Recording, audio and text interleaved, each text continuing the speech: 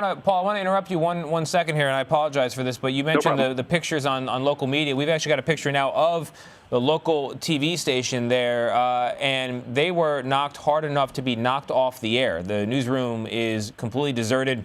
Tiles are down from the ceiling. Desks are knocked over. Computers are smashed. There's a large crack in the floor. There's water on the floor. It doesn't look like they're going to be back in there anytime soon. So it appears that, as with earthquakes in general, this one had very different impacts in different parts of Anchorage. You could have one part of the road look completely normal and the next completely cracked in half. Go ahead. Yeah, well, certainly part of that is just the nature of the geology of Anchorage, because a lot of this is on, kind of clay-based soils, which can, break up under pressure like that. So I would suspect that there would tend to be more damage downtown than there is in South Anchorage, where I am. And the other interesting thing is the tsunami warnings, which the idea of a tsunami coming out of Cook Inlet, which runs up the coast to Anchorage, that's a very unusual thing for us.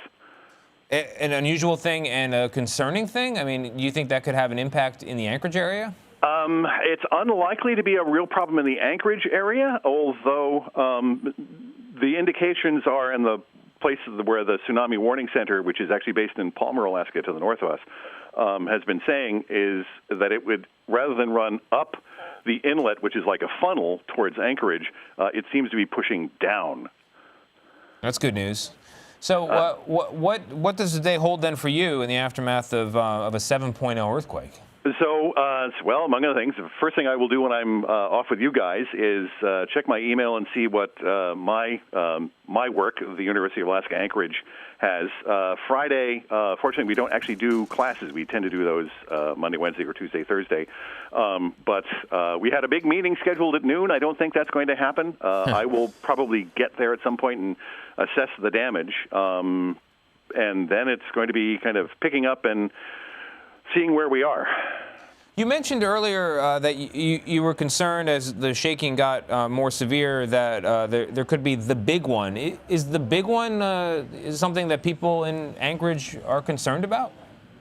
So, I mean, we had our big one. We had the biggest one of all, back in 1964. That was a 9.0. Wow. And so that's always our frame of reference. Of course, we did the 50th anniversary of that. That was 1964, a few years ago, which means, we're kind of counting down to the next one. So this, and while it's not, 7.0 is not 9.0, but it was plenty big enough. And more importantly, today's Anchorage is a lot different from Anchorage in 1964. There are 5 times more people here. There's a lot more development, and so I suspect the damage, certainly in terms of whatever the cost estimates are to fix it, are possibly going to be as high, if not higher. Wow. And what kind of, politically, are there conversations about earthquake-proofing Anchorage? I mean, is it a place where, as it grew, the building code required people to take steps to ensure safety? Yeah, so in terms of construction and that sort of thing, we have some very robust guidelines. So in 18 years at the university, I've seen a number of buildings built from the ground up. And, when you see that, metal frame go in with the big fish plates and various other things to make it earthquake hardened, you're very impressed by that thing and glad to have them. Yeah. I'm looking at these pictures that are coming in now of significant destruction. We got people hiding under tables is what we're looking at the moment. But the supermarket pictures, it's hard to imagine that in all of Anchorage, somebody wasn't hurt by this because pretty large shelves came down, ceiling tiles came down. The television station that was knocked off the air also has very significant damage to that newsroom. Anybody sitting there would have been in peril for certain. Any indication on your side? Are you hearing anything about? Are you hearing sirens? Are you seeing flashing lights outside? Is there an emergency response? Did hear some sirens initially, but once again, we have electrical power. We don't seem to have any issues with gas. So my neighborhood in South Anchorage seems to have weathered this relatively well. But once again, so things closer to Midtown and downtown, seem to have suffered, which would be closer to the epicenter of the quake, seem to have suffered more significantly than my area. So I am, you know, it is the luck of the draw on these things, and I seem to have got off all well. We just learned that the FAA has ordered a ground stop for the airport there, presumably to check for damage on the runway. Well, can you tell us about the layout of Anchorage, where the airport is, where the downtown is, where you are? Right. So Cook Inlet comes up about 100 miles or so and then breaks into two arms. And so Anchorage is what the Anchorage Bowl is in a V formed by when Cook Inlet comes up, turns at kind of a right angle and breaks, we're in that V. So at the base of the V, which faces west, is the Anchorage Airport. And that's a very substantial, there are at least 3 runways there. It's one of the busiest in the world. So I'm not at all surprised that they're going to be checking that very, very carefully. Then if you go along the kind of north end of the V to Ship Creek, that's the original downtown side of Anchorage.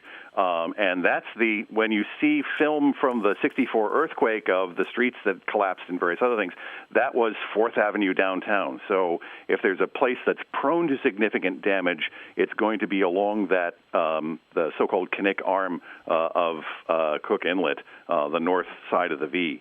As Anchorage has grown, we've moved farther south and farther east. So I'm in South Anchorage. This is an area that was developed in the 1980s. So this is a very different Anchorage now than it was in 1964. So it'll be interesting to see. And by the way, as we've been talking, we've had at least 3 aftershocks. Wow. So. Wow. Well, Paul Duscombe, we appreciate you coming on with us. We're glad you're okay, and we hope everyone you care about and everyone in Anchorage is in similar condition. Thank you very much. Thank you. All right. Take care. As we were showing you earlier, our CBS affiliate KTVA was actually knocked off the air by this earthquake. Their newsroom was destroyed. So instead of broadcasting from their studio, they're now actually outside with a Facebook live stream. That's the studio right there. That is the newsroom. You can see computers destroyed. You can see tiles down from the ceiling. There's water coming in from somewhere.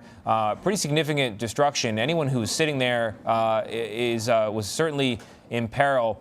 The news operation is no longer there and is instead outside, what you're looking at, and we're going to actually listen in here because they're going to take us up the stairs into the building on Facebook Live. Take a listen. We have this giant dome here that is intact, it seems, but look at this. Right here we have a lot of damage on the ceiling. A lot of these panels fall and crash all over the place. I don't know if you can see right there, but the wall there is cracked. This wall is fallen down. Over here it looks like we have a lot of insulation on the floor.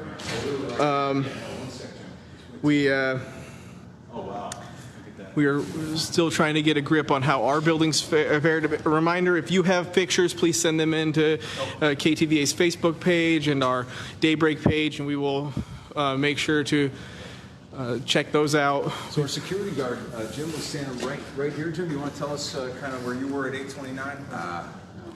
Oh, you can't? Okay. Well, he was standing right about here, and you can see the ceiling collapsing. I mean, just, and this is, what is this? This is... The ceiling panels, yeah, metal. Some metal panels. So some water by the elevator. Definitely, yeah. It's, a little water damage you're starting to see here from the leaks from and that was coming up off the second floor when we ran back in really quick to get our things because we weren't sure if we were going to be able to come back. Jeremy had to grab his car keys and I had to grab a bag. Yeah, you're seeing some actual structural damage here, it looks like, or at least the paint's chipping away. We had a shot from the Bonnie Courthouse downtown, cracks in the cement of the courthouse. And I can't even imagine what it looks like on the inside of that elevator or upstairs right now. Water leaking through, and that might be one of the reasons we shouldn't be down here, because the water is leaking from the top, which is a 2-story building, and so you're going from the top to down to the second story, and now that is filtering down to the first floor. So one more shot of this before we go around to the other side of the building and show you guys what we're looking at over there. it's hard to tell, but these water filter, or the water sprinkler systems, they look like they've been broken loose or shook loose a little bit up there. Oh, yeah. That's possibly where some of our water damage came from. We can't go upstairs, so we do have water damage in the studio. This is what the studio looks like. We can't go upstairs just based on structural integrity of the building, but that is what the studio currently looks like. And so here's another shot of it. Roads are closed. Over on this side, we have glass edit bays, nice, beautiful glass walls that did not make it through. On this side over here is our newsroom. This is where we sit and do the news. John was under that desk. I was under the one right next to him. You know, it's one of those situations where it was just, you know, saying out loud everything I'm thankful for and kind of just making sure that it was going to happen. It felt like it wasn't going to get better. You know, oftentimes with an earthquake, this is my first one, but oftentimes with an earthquake, you hear about how they slow rumble. It's a train coming and then it gets worse and worse and worse.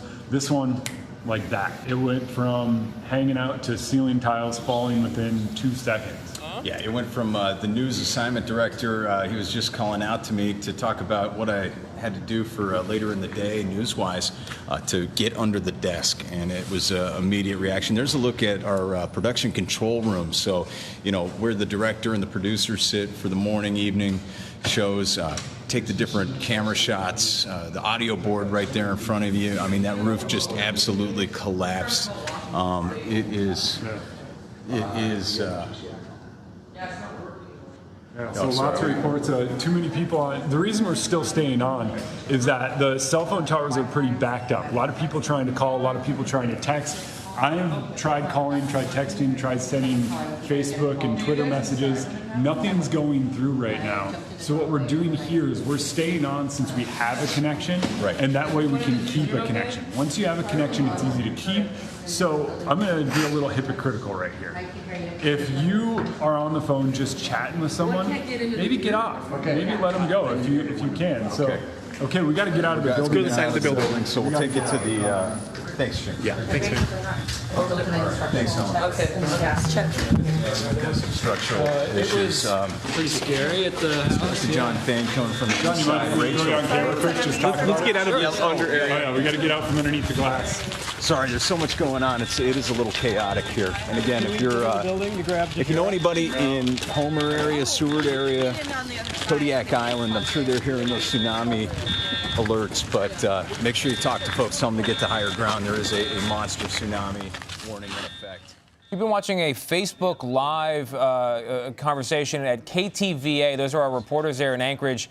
Their newsroom was destroyed. They're now out on the street. That buzzing you hear, that's the Tsunami Warning. You saw significant damage to that newsroom, significant damage to their operation, their edit bays, broken glass, broken ceilings, structural damage, which ultimately led them to go outside looking for safety.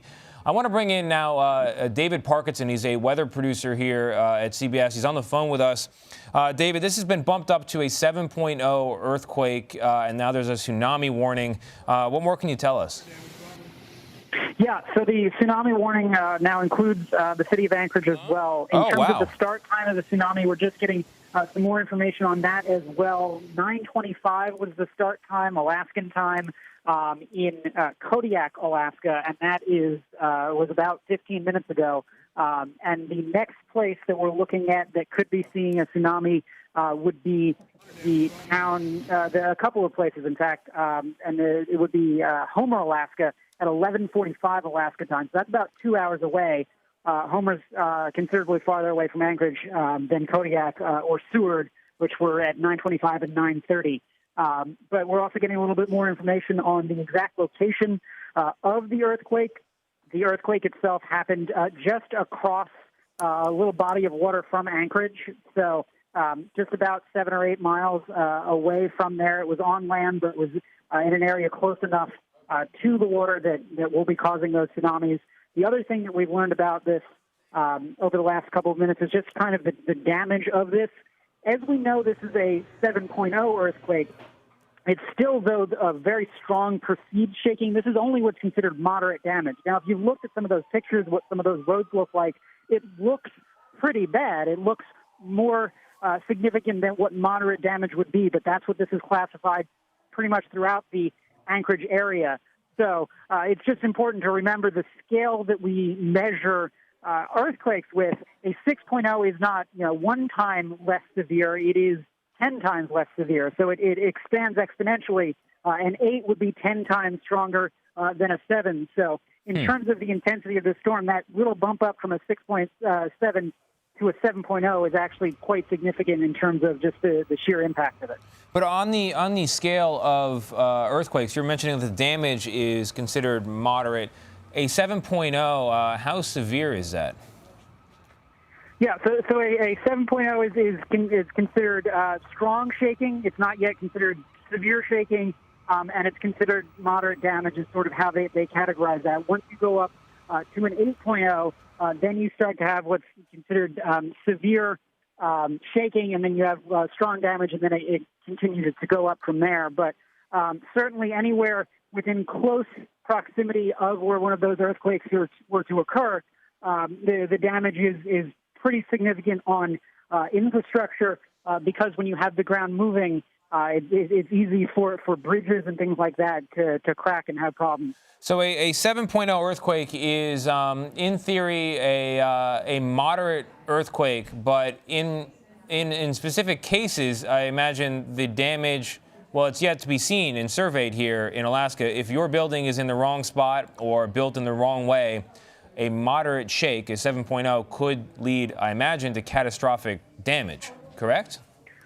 Right. Well, so it's important. That's why, building codes are so important in places like San Francisco, in Alaska, where there's a decent risk at seeing earthquakes. The more well-constructed your building is, the less likely you are to see damage out of it. But, yeah, certainly location does matter. Building materials matters. Age matters. Whether things have been recently reinforced, all of those things do matter in terms of the kind of damage you're going to get. The other thing that's worth noting is in that particular part of Alaska, you've only got about 5.5 to 6 hours of daylight because they're so far north and we're as late as we are in the year. So it'll make sort of the important steps of power restoration. Temperatures are in the upper 20s, low 30s. Going out and surveying the damage, you don't have this long, 9 or 10 hour window. You're limited to 5 or 6 hours. And then you've got a long, cold night ahead of people if there's no electricity back in place. Yeah, but the important point made that while on the scale of earthquakes, the 7.0 would be considered moderate, tell that to the road that is caved in or the guy stranded in his vehicle at the bottom of what used to be a road and is now a jagged pit. So a general principle that this is moderate does not necessarily apply to specific cases. And while we've yet to hear of any injuries, we're looking at the picture now of a car. It looks like a driver stranded in the middle of what had been a road, the roadway giving away with such significance that there's now a chasm, and people are gathered on one end of the road looking in. Doesn't look moderate, wasn't moderate to that individual. So the general principle of moderate damage may not apply in all specific cases. What we're waiting on now... Right, yeah. I think it's important, Tony, that when we say moderate, we say it as a general impact to everything and not specifically individual things. You will always get catastrophic damage in localized areas, and I think that's certainly what you're seeing in the cases of those roads that are totally collapsed. Which brings me to the next point here, which is at the moment we have a tsunami warning, we have a 7.0 earthquake. We don't have any reports of injuries yet, but Anchorage being a relatively far-flung layout, people could be in places where they are hurt, and we've yet to hear about them. So the town of Anchorage holding its breath for two reasons. One, what's going to happen with this tsunami? And two, is there anybody anywhere in town where there's an injury, where these ceiling tiles fell on a person, where the road gave way and a person wasn't able to navigate out of it? Important to note as we reveal. Go ahead. Yeah, and one of the things that's really a large concern as well is you've now got compromised buildings, right? You see giant cracks in structures. And if you have aftershocks that even might be more minor, they might be only 6s or 5s, things are already loose, and so that could easily cause more structural damage, cause more things to come down. And if you have people, trying to pick up the pieces, that's a real concern. If you're in a building that might be compromised, your best bet is to not stay in it and not even to be close to it, because you never know if things are going to start coming down. So at the risk of reaching the perimeter of your particular expertise, I do want to ask you, 1964, there was a 9.0 earthquake in Anchorage. Many around there would call it the big one. That's about 50 years ago. And there's a sense, according to one of the individuals we spoke to, that they're kind of holding their breath for another one. Is 50 years the kind of interval you would expect between major earthquakes? And also, a 7.0 earthquake, is that at times a precursor shake to the, quote, big one? Yeah, well, so it is entirely possible that this is what's called a foreshock as opposed to an aftershock, right? So it is possible that you can get a stronger earthquake after this. Generally, the chances are between 1 in 10 and 1 in 5 in that occurring with each particular one. So it's not terribly likely that you're going to be getting, an 8 or a 9 magnitude in the following hours, days, or weeks or months. Wow, but 1 in 10 or 1 in 5, I mean, that's worse than Russian roulette. Yes, certainly. And so that's why, you never want to, especially after having one of these events, you never really want to let your guard down, because there's one of two things that can happen. One, it could have relieved some pressure, and now you've got a little bit of time before the pressure builds up and you get another earthquake. It could also have loosened some things in some spots where the crusts are, touching to the point where now it's got to slip further, and that's how you could get yourself a larger earthquake. So theoretically, it should be good news that you relieve some of the pressure. You're just not entirely sure. We're still not entirely sure with every single fault, with every single interaction between the crusts, exactly how much worse things can be because things moved. We're not quite there yet. So if you're an Alaskan right now, if you're in Anchorage right now, is the advice just brush off the broken glass and go about your day, or is something else? No, I mean, I think it's certainly one of those things of stay away from buildings that have structural problems. It's certainly check on your neighbor, check on family members, make sure that nobody is injured or in need of assistance, or if you have power and someone doesn't, and your home is structurally sound, maybe invite them over, those kinds of things. As building officials work to make sure that everything is secure, as power officials try to get the lights back on, all of those things are really important. All right, David, I want you to hold with us while we go back to our CBS affiliate KTVA. They were knocked off the air in the earthquake, but reporters are now streaming on Facebook outside of the building, and they're going to go back in fact. So let's take a listen. Take a quick peek in this area. Once again, this is a bunch of standing water from the pipes bursting. It's got a lot of damage. Once again, please send in photos and videos you have of your damage, and hopefully you are all safe. And if you are not, please contact emergency services. But we are interested in showing more people the kind of damage that Alaska has undergone and what we've seen today. Once again, this is sort of our area.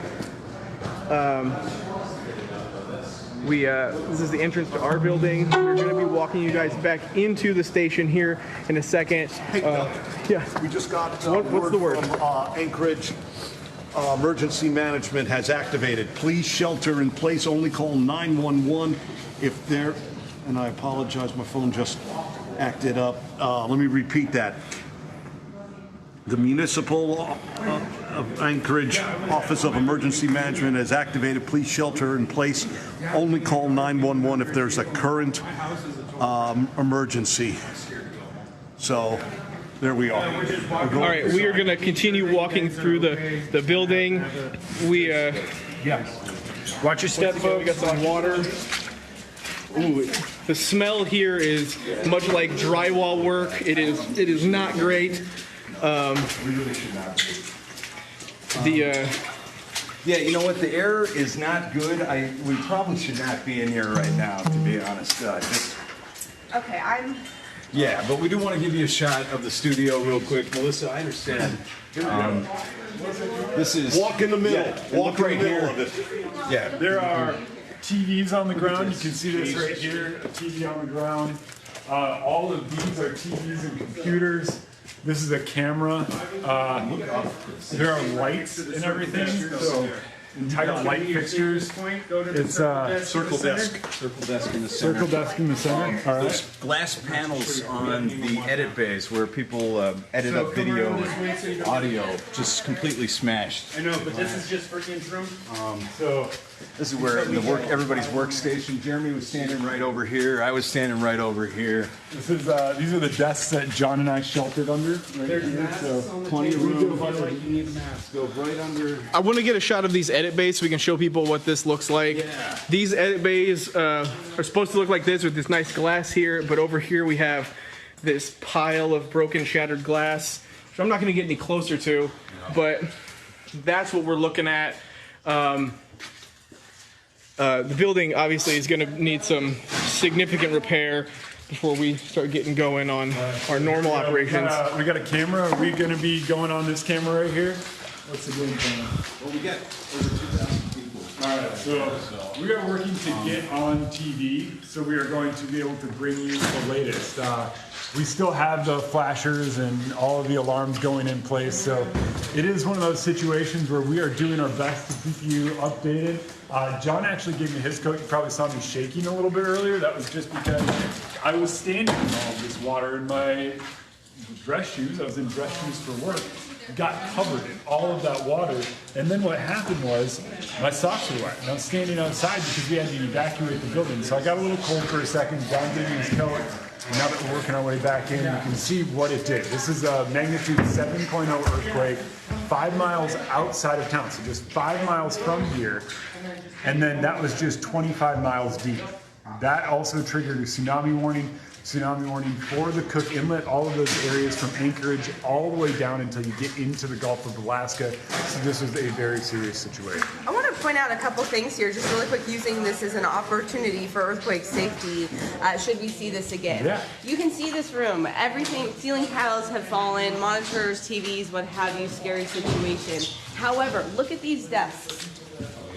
Had you been under here, like I think John Thompson was, I was under the one right next to him. this is completely intact, okay? Come over here and look at these counters. They're in there. Yeah. I got into that thinking John told me. The ceiling has fallen, the monitors have fallen, but under here, this has stayed completely safe. Okay, come with me, Doug. I want to show you one of the. It's another good reminder to keep your under desk areas clear throughout the year so you don't have obstacles when you're trying to get underneath them. Same thing in here. See these desks here? Completely intact. Safe as to be. One other thing I want to show you. This is our conference room. This is a huge, heavy credenza desk that has fallen down. But again, see this table? Completely intact. So when we say to stop, drop, and hold on, these are the places that you want to be. Use this as a reminder should you find yourself in a situation like this. It's true. MCR. Look at this hallway. These are all of our Goldie Awards that have fallen. They were nicely up on the wall here. You can see not one is left. They are all on the ground. There's another one of those edit bay doors. Again, a reminder that if you're standing somewhere, you need to get to a place to get shelter underneath whatever is falling, because all of these pictures, any one of those could fall on your head. But again, even these little tables doesn't look big, but Doug showed this, how even under here, you would have been protected from what was falling here.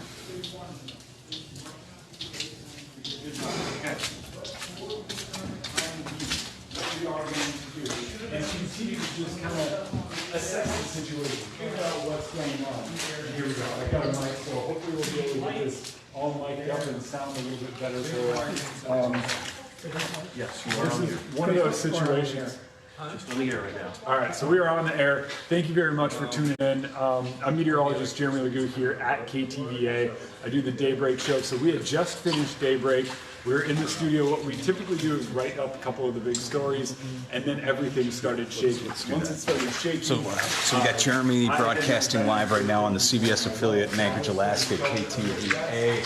This is our guy, Eric. Did you show off this camera? Oh, yeah, we got to look at this camera here. This is one of our cameras in the studio. You probably know a little bit more about this than I do. Oh, I don't want to talk about it. It's pretty bad. And that's very expensive. It's the second camera in this upstairs area that I have seen that has fallen. Looks like we're down 2 cameras. Those are going to be rough. I don't know. Did you guys walk downstairs yet? We didn't walk downstairs. We walked through this area, showed off this stuff. Yeah. Let's go over here. We've got some of these other areas we'd like to show you. This is our conference room. It's our break room. Oh, man. That's terrible. We've got a whole bunch of food stuff. This is probably where one of the water issues came from. Could have been here, could have been the ceilings. We don't just know yet. This is a TV in the break room fell, ripped off the wall. So just a reminder, be very safe when you're, if an earthquake were to happen, get under something sturdy. If you were hiding against the wall or sheltering up against the wall, that would have fallen on you. Our refrigerator has been moved out from the wall. I don't know if you can tell how much, but quite a bit. Well, did you show off your office? I haven't shown off our office yet. This is the graphics department office where we have flooding, batteries all over the place. Lots of... Some TVs were able to stick on the wall there and on the wall. It is just absolute destruction and mess. This is Doug's desk right here. This is where the gentleman holding the cell phone works. Works on Daybreak and different, Let's head this way towards Master Control. I'd like to take you down to the main studio right now. And again, if you're just joining us, it's about 8:30. So we air Daybreak on KTVA from 6 to 7. We do some cut-ins and some different things. Looks like Master Control is doing all right. That's good. Master Control, you can see Jeremy there. That's going out over broadcast television. But we're just getting ready for the day, basically. Going to take a couple of DJ Spencer Lee, and we had Fish and Game on this morning on Daybreak. So we kind of break those stories up and give some content for the evening news. So that's what we were doing about 8:30. 7.0 magnitude earthquake. And it was, about 5 miles north of Anchorage, 25 miles deep, so pretty shallow, and just caused mass destruction. Overpasses in Minnesota and International, is that right? And then also the Eagle River Bridge. Were you able to kind of show off here? So let's just show off. We got Helen. Is that... This is our production control room. As you can see, Jeremy is live right now through our station, but this is what we're sort of looking at. A lot of our stuff, our monitors have fallen. We've got a lot of lights have fallen. Yeah, that's got the audio sliders on the board up manually. And this is dangerous too. Eric almost hit his head right there on that. Be careful he's a tall guy. Where you're walking about with this debris. And this light fixture's just kind of hanging on by a thread. It looks like. I definitely don't even like this whole idea of at least Helen over there. Yeah, I mean. I'd like to show where I was when this happened, just because this is a pretty impressive example of what you're looking at, about why it's important to get under shelter. Oh, my. So this is the room I was in when this happened. I don't know how well you guys can see, but this is our tape room. All these tapes. Back to Iditarod. I mean, the first Iditarod is in here. We got some really cool classic footage. Yeah, and KTVA archives here. I was sitting over there at that computer, and luckily got out of the building before a lot of this happened, but this is going to be a mess to clean up, obviously. But imagine if you were trying to hide or take shelter against the wall with the tapes. This is why you don't do that, because this can fall on you, it can hurt you. A lot of this other stuff could have fallen and got you, or any of us. Get under something sturdy. What's back here? Looks like we got our... Used to be the graphics department. Oh man, entire tables flipped over. You've been watching Facebook Live footage of our affiliate in Anchorage, KTVA, but we want to switch gears now for a moment and go to Horst Rademacher. He's a researcher at the Berkeley Seismological Laboratory at UC Berkeley, and he joins me now by phone. Horst, if you're watching the pictures out of Anchorage, what do you make of them? Well, it's a very significant earthquake. There is significant damage, and of course they are still assessing the damage. The earthquake. Go ahead. Oh, I was going to say, is this a par for the course in Anchorage or a surprise? No, there shouldn't be any surprise to anybody in Anchorage that there are earthquakes. I mean, the most prominent example, of course, was the Good Friday earthquake of 1964, which had a magnitude of 9.2. The difference between this earthquake today and the very devastating one in 1964 is that the 1964 earthquake was a part of the subduction zone earthquakes. It's called a megathrust earthquake, an earthquake where one flank of the fault moves upward, and that caused a lot of damage.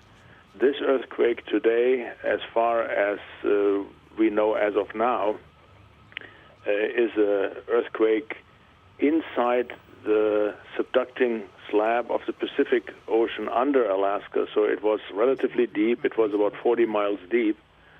And if it would have been shallower, the effects could have been much worse. So walk me through that a little bit more slowly. What is the significance of the earthquake being, as you say, deep, meaning it happened deep underground, I imagine? What does that mean for the people of Anchorage? Well, it is very similar. You can compare it to if an earthquake is further away, you will feel less shaking. So the same is true if the earthquake is deeper.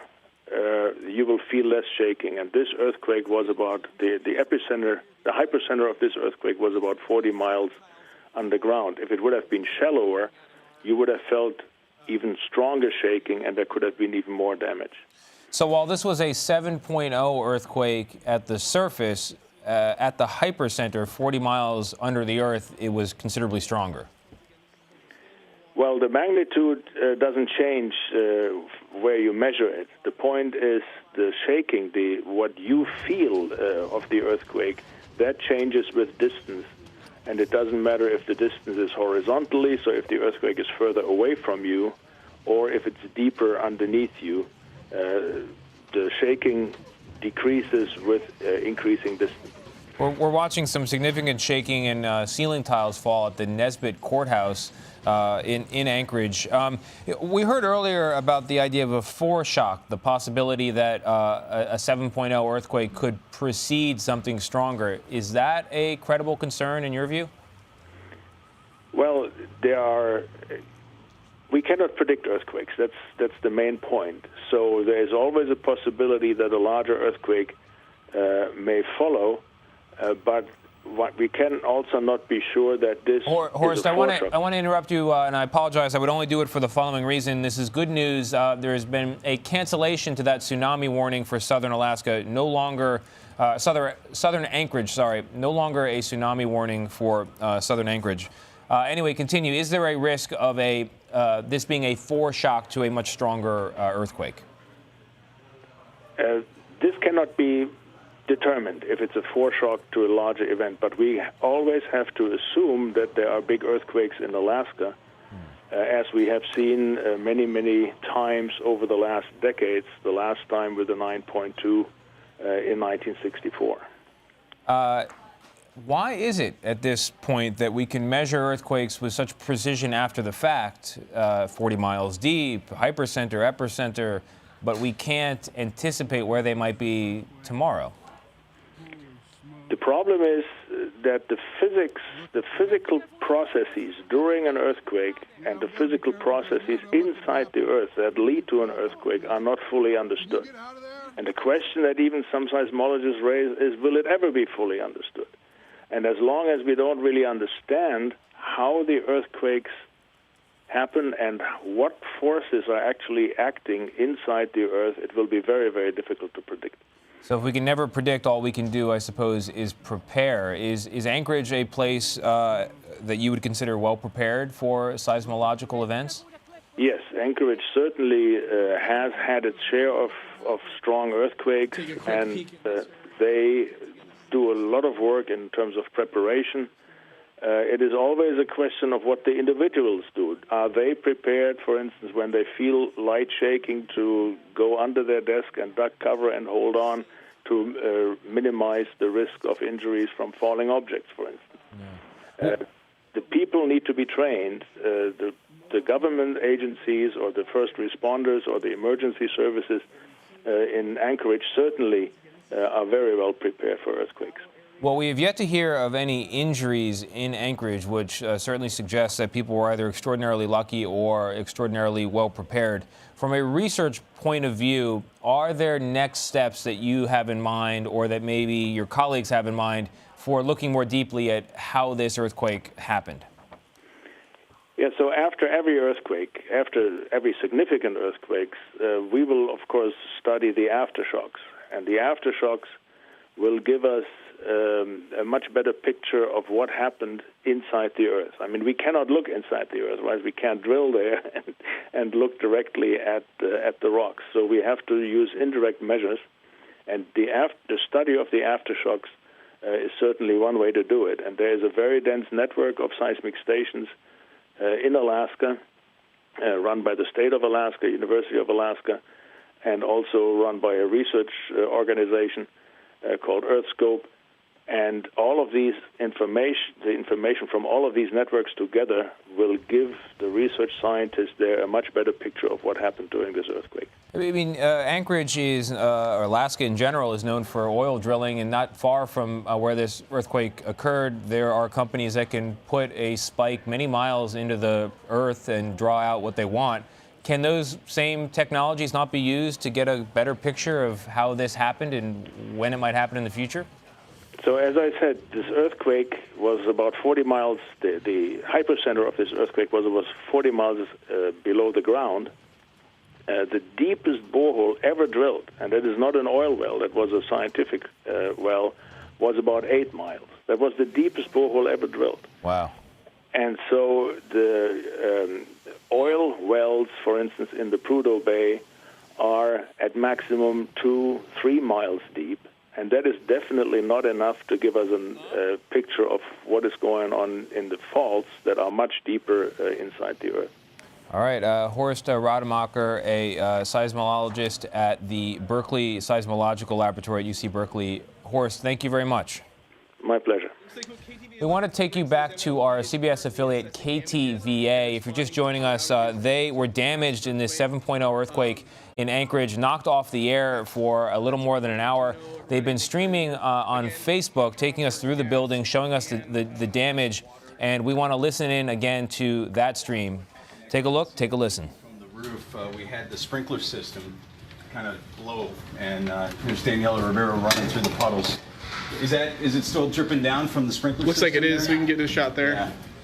So, where were you this morning? Where were you? I was in my house. I was getting ready. I was gonna go grab some breakfast and then come in. Yeah. Did you? And, well, I kind of freaked out. We have a very small apartment. We don't have a table to get under. Yeah. So I did what you see in the movie where I just stood against the wall, under my door frame of the bedroom. Okay. And held on to it, and it was just terrifying just watching.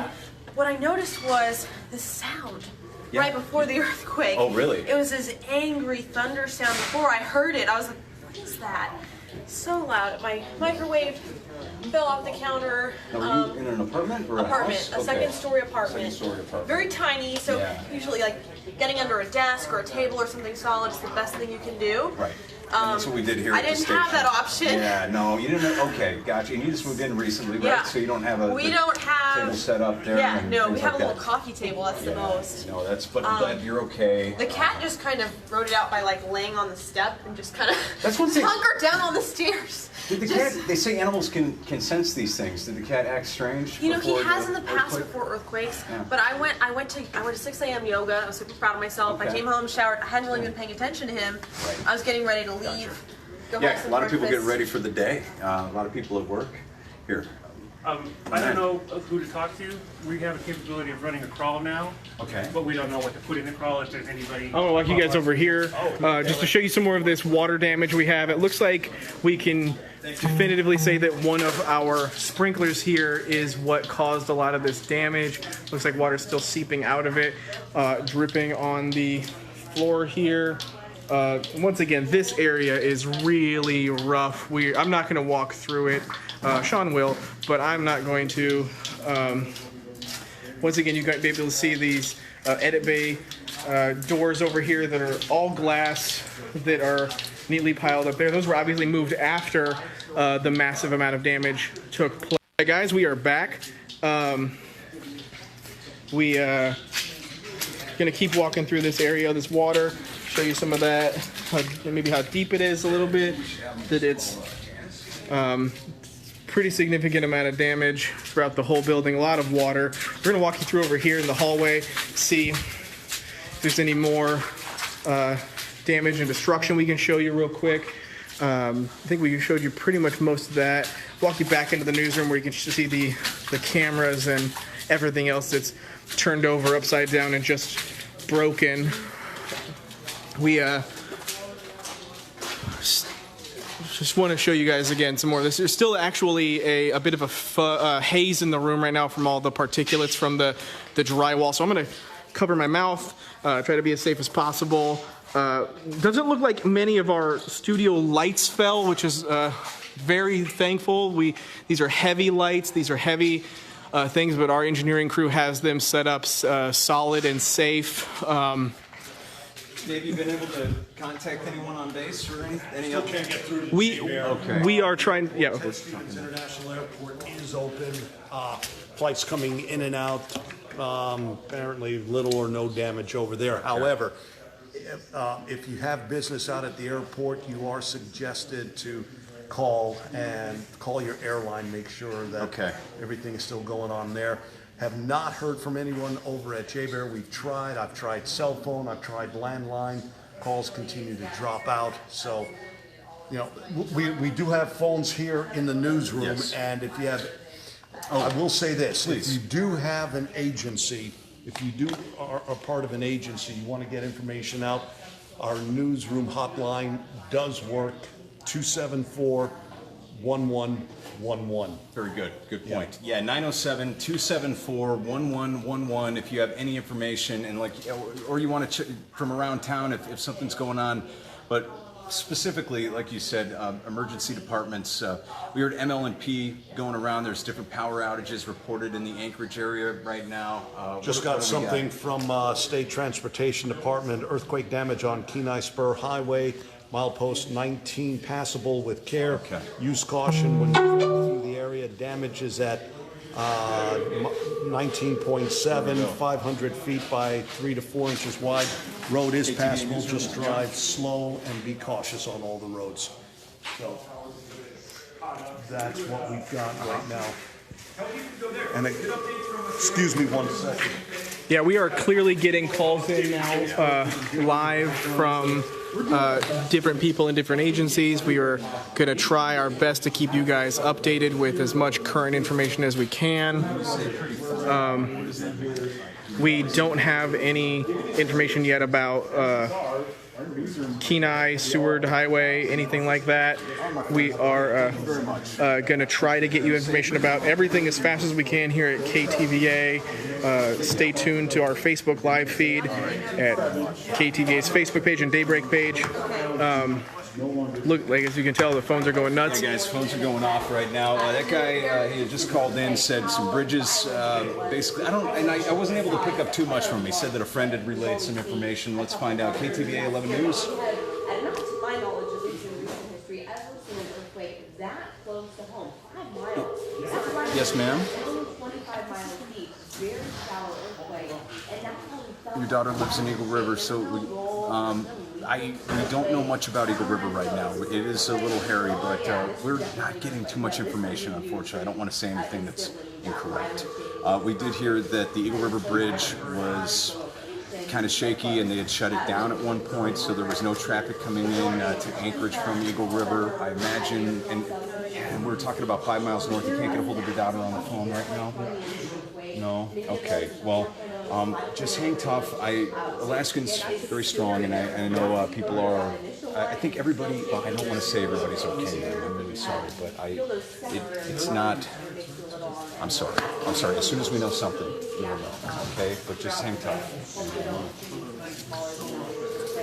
It's about 10 miles, so it was probably. We're going to walk a little bit over this way to show you some more of this studio destruction. See our newsroom's starting to get busy. That's how journalists work, ladies and gentlemen. If something bad happens, we get to work. You can see all of the monitors, though, over here are smashed and fallen. Looks like John's going to come back here. I showed you guys earlier these panels outside. This is one of the rooms where this fell. So this was right outside, and that's what this looks like close up. You can see there some of the cracks in the building. The structure here is definitely damaged. We have some more here. More just coverage over here. I want to show you guys some of our other areas. This is our news desk. Usually it's full of monitors and everything's up and working, and unfortunately this is our situation. So you can imagine if this is what our station looks like, what other places around Alaska look like. So once again, please share with us your video and photos of your areas and your houses so we can make sure we get the most comprehensive coverage out from KTVA.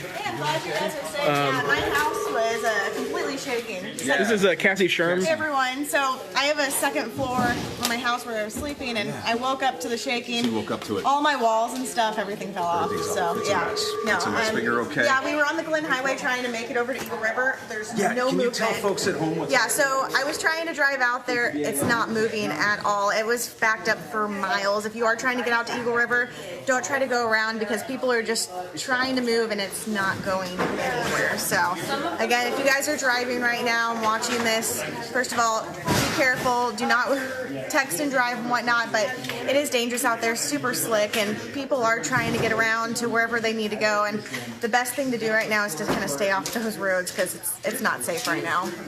So Cassie, were you coming from home or were you already at home? So I was at home. And how is your home doing? My home's fine. Power's out everywhere in the neighborhood. Luckily the structure and everything is good, but just I have a lot of broken glasses, a lot of broken mirrors and stuff like that. But yeah, everything else is fine there. But I went off there towards the Glen trying to go to Eagle River, and that's where I ran into traffic. We ended up actually turning around on one of the loops and coming back, but traffic wasn't moving at all. So yeah, as soon as we learn more information, you guys keep on sending pictures, keep on sending videos. We want to see it. We're going to try to get as much information out to you guys as we can. As you guys can see, the place is a little of a mess. So my desk got a little wet as well. So Cassie, on your ride in, how was traffic in Anchorage? It's slow. There's a lot of people moving. All of the traffic lights from there to here are out. So people are kind of trying to figure out who can go and who can't. So again, be aware of that. Driving is just not the best thing right now. All right. Yeah, we're gonna talk to Daniela. It took me about 45 minutes to get from Midtown to work. It's usually a 10-minute drive. I noticed a lot of drivers working together, moving out of the way to let first responders through, several ambulances, fire trucks, police. But the less people on the roads, the better. That way emergency vehicles can get where they need to go. We've seen fires across Anchorage, people who actually need help. That's who we want first responders to be able to get to. So the Office of Emergency Management is asking you to stay put, and also do not clog up the emergency lines. Don't call 911 unless you are truly experiencing an emergency. Monitor our feed here, monitor the website, and look for tools online if you want information, but try not to call 911 unless you have an actual emergency. And again, stay put, stay in place. The less people on the roads, the faster first responders can get to people who need them. Once again, we're just going to show you the water we're dealing with. Daniela there just gave that report, standing in water. Be careful if you are in your home. Check for water damage. Check for any sort of like sparks or fires and electrical damage. Be safe. That's our number one priority is be safe, and if you're in an emergency, get safe, call emergency services, get the help that you need. Yeah. They're changing to some boots in here. And no emergency services. Again, if you're with emergency services, you can please reach out to us, like Dave said, at 907. Oh, here we go. What's up? Yeah, we got some updated stuff right here. Getting phone calls outbound Glen at Highland. Traffic is being diverted from over there. Apparently, there's talk that the Eagle, and again, this is unconfirmed, right, that the Eagle River exit ramp has collapsed. So the Eagle River exit ramp has collapsed. that's what we're hearing right now. Not confirmed by emergency personnel. There we go. So basically, right now, trying to get up to the valley, can't do it. And also, got phone calls regarding, excuse me, Anchorage, that people have been told to bring the Anchorage passengers back home. So basically, that service has shut down right now as well. So here we are. And as for the schools, ASD has asked parents, go get your kids. They're going to obviously stay with them as long as they need to, but they want parents to come and get kids as soon as they can at your earliest convenience. Get them and get home and stay safe. Okay. Man, that is terrible. And what we need to be thinking about is aftershocks. Right. That can happen. There was a 5.7 aftershock and a 4.1 aftershock today. And if that happens, you want to be close to a place where you can get under something stable, something like this desk. Well, this is exactly what I got under, 8:30. And again, if you're just joining us, 8:30, the 7.0 earthquake, about, what was it, about 5 miles north of Anchorage. So about 5 miles from where we're at. I was actually sitting down right here, heard the shake. And you know, typically we've felt a couple earthquakes, not too bad. This was a different feeling. I mean, it was a smack. It wasn't that slow build, that rumble. And the sounds. And the sound. You heard it. It was like thunder. It was heavy. It was just heavy sounds. And so the second that started going, and then that violent shaking just dropped down and tucked away right here. It's a little wet right now, but it's not too bad. And John, how fast did you get under the desk? I don't. You know how like in the moment it feels like it's forever, and that was one of those earthquakes that felt like it was not going to stop. Right? I mean, sometimes with some of these minor earthquakes, you just ride it like a wave, and it's just a little bump, and you're fine. But this, it was violently shaking, and then you saw those edit bays with the glass doors slamming down. The light fixture right above you, right there, was violently shaking. I mean, the roof was collapsing in, the vents coming through the roof. That camera flipped over. I mean, one of those beautiful cameras smashed to the ground. Did you get out and then go back in during the aftershocks, or did you kind of stay put? You know, and I'll be honest, the aftershock, I think we were outside, so we were down here until it completely stopped, and then that's when... Whoa, we were getting another aftershock now? Yeah, get under the desk. Doug, come on, get in here, man. All right, another aftershock. All right, guys, you just experienced a live aftershock.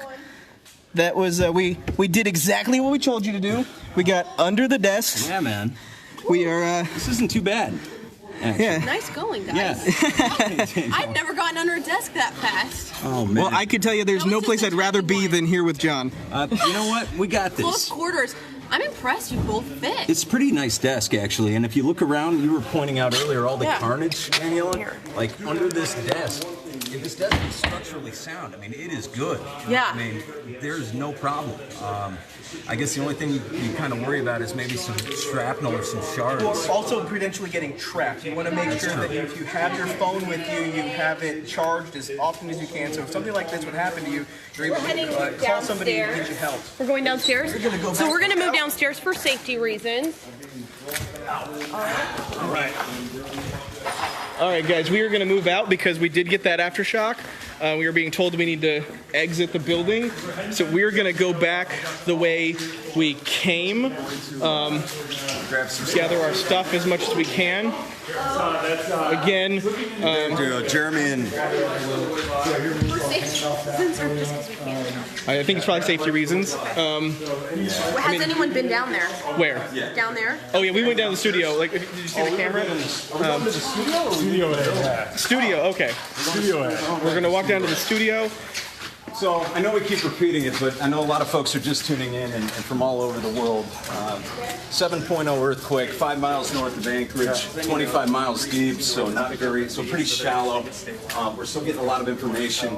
Danielle was saying the local school district here wanted parents to go pick up their children. Come get your kids. They're watching them, obviously. They're going to stay with them until you can come and get them, but they've asked that parents come and get kids so that they can take them home and keep them there. We also got an alert, and I don't know if this is still relevant because This came in a little, like an hour ago, but Baggage Middle School students were moved to East High. We're moved to East High. Yes, that's where parents are supposed to pick up Baggage Middle School. Okay. And that's the last update we got from ASD. That's odd because it's pretty far away. That little aftershock was the closest you can get to the action. Yeah. Away from the wall. We are Also, safe locations. yeah, Once again, another like we can't. Jeremy, talk what too do loud you have anything 'cause new? we're- Yeah, I do. We will soon be broadcasting statewide. On GCI 907? No, and something 360. Sorry, 360 North? Oh, on 360 North. So on 360 North, we'll be broadcasting statewide. We are right now broadcasting here at Channel 11. And then we are going to keep everything updated. So we've got the all clear to go into our control room and down into our studio. So we're going to start miking up, getting batteries going. So we're going to do all this quick. Stay with us. You are seeing live behind the scenes. Again, we are working with battery packs and with the equipment that we already had available to us. Are we putting on waiting?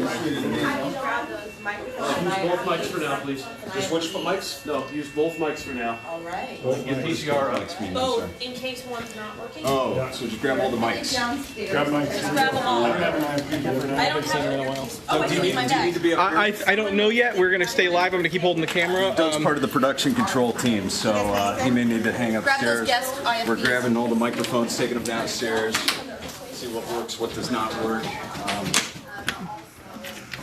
Yeah, I mean, you're kind of seeing firsthand, at least from the TV station. Yeah. On the wall, we are seeing safe locations. Once again, another example of the safety under the desk. We will soon be broadcasting. Okay, we are going to come down here. Yes. Yeah, it looks like our control room is pretty intact. Again, once again, it's the ceiling that has sustained this damage, but you can see we have power. Studio, so we're going to start miking up, getting batteries going. So we're going to do all this. We're going to Stay with us. You are seeing live behind the scenes. Again, we are working with battery packs and with the equipment that we already had available to us. John, we're going to have you grab those microphones and IFBs. Just switch for mics? No, use both mics for now. All right. Both, in case one's not working. We are headed downstairs to check out the studio. I don't have it here. Oh, I do in my bag. Thank you for staying with us. Again, we are continuing to assess this damage. Still shaking from the earthquake itself and from those aftershocks, but also wanting to let you know what is going on and where to stay safe. So looking at our studio, this is quite impressive. Again, here we are. This is a green screen. Everything in here looks pretty intact. Lights are flickering a little bit. That's just from the earlier fire alarms, but in general, everything looks pretty safe. We are close to an emergency exit here, which, should we need to evacuate again, makes me feel confident. Here, I'll pass this to you. And then I'll let you put this on.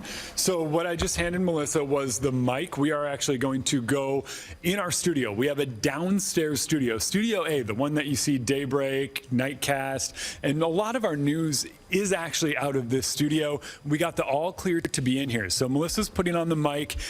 We have little earpieces that we're going to be putting on. So we're getting everything ready to go. But as you can see, it's still flashing. Our light up here is actually dropped about 4 feet and is crooked right above John's head. If you look up, this light is typically up much, much higher. And so that has fallen down, and you can see it just big time drop there.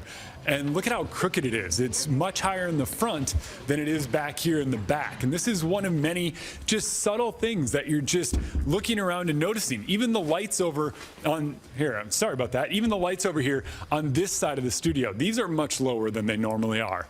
So they are on these little arms that bend. It looks like what happened was the arms just kind of loosened up and they came down a little. So these are all just subtle little things that are going on. And this is down on the ground floor. This is the part of the building that sustained the least amount of damage. So we are currently getting all these cameras fired up. You're still with us. We've got John Thane on the camera. He's doing a great job. So thank you, John. But you can see everything kind of looking like it made it, but look at this, even the computers over here. This is a relatively level place, and this is on the ground floor, so it took the least amount of shaking, but you can see that it shook the computers all the way to the front. They were basically falling off, and now I'm going to leave them back there, and this is one of those things where you'll let the professionals take care of it in a situation like this. I don't know what's happening. We have crews in, they checked everything, said, hey, it's all okay. Because after that magnitude 7 earthquake, that really shallow magnitude 7 earthquake, a lot of damage was sustained. Even just walking down the stairs, looking at the walls, you could see the sheetrock was cracked. It was just all over the place, everywhere. And so even some of our flashers still going off. They disabled the sound so we could get back in here and just let you guys know what's going on. And now we are going to be on 360 North, broadcasting statewide here shortly. So that's going to be up and running here any moment now. We're getting microphones put on. Melissa's getting her mic all ready to go so she can bring you the latest. So we're going to run a couple of different mics. We're going to do the thing where multiple points of safety. You make sure everything's okay multiple times before you start making that full switch. So that's one of the many things going on. Lots of reports of traffic. Interstate in Minnesota, that overpass, reports of that collapsing, and then all around town, even heading up to Eagle River. We had reports that the Eagle River overpass was shut down while they check it for structural integrity. We had reports of multiple aftershocks. The initial one, a 5.7. So it was a 7.0 just around 8:30 a.m. Then afterward, we had a 5.7. You probably felt that one. Then a few around 4. And then if you were watching, you probably saw us get that next aftershock. That was just a littler one, but you saw everybody dove under the desk. Everybody got in place. Everybody sheltered as fast as they possibly could. Does look like it is on. So it does look like it is on. So slowly start miking up while I'm talking to you. But this is exactly what we're doing. This is why we practice every day. This is why you guys have plans. Melissa talked about place. Melissa talked about her family was to meet at the station. And they all did it because nobody could communicate. So they're getting some feedback, which means they're not able to hear. Again, it's all part of working through these technical issues that usually we don't have to this degree. So the other mics so like the shotguns? So the mics they have in the newsroom need to get turned off. Got it. Cool. There's also multiple microphones on because we aren't sure which ones were working, so they had quite a few on. They're working to get the right microphone, the right earpiece. This is our control room. Helen, our director, she makes the magic happen here every morning on daybreak, and now she's helping us get all set up and hopefully able to stay on the air. You can see John there. He's downstairs in our news studio, our 6 p.m., 10 p.m. Daybreak and Frontier set. And down there, they're hoping to be able to put together a better broadcast for you as soon as we get these issues under control. Again, Brian here, our producer. I'll let you walk on in. Brian is monitoring the latest. He's monitoring our interstation communication channels. We have crews in the field. As they feed back information, pictures, what they're seeing, he's able to, as soon as we get those earpieces working, give that to Melissa and John and Jeremy downstairs, and they can give it to you. And we do thank you for following us.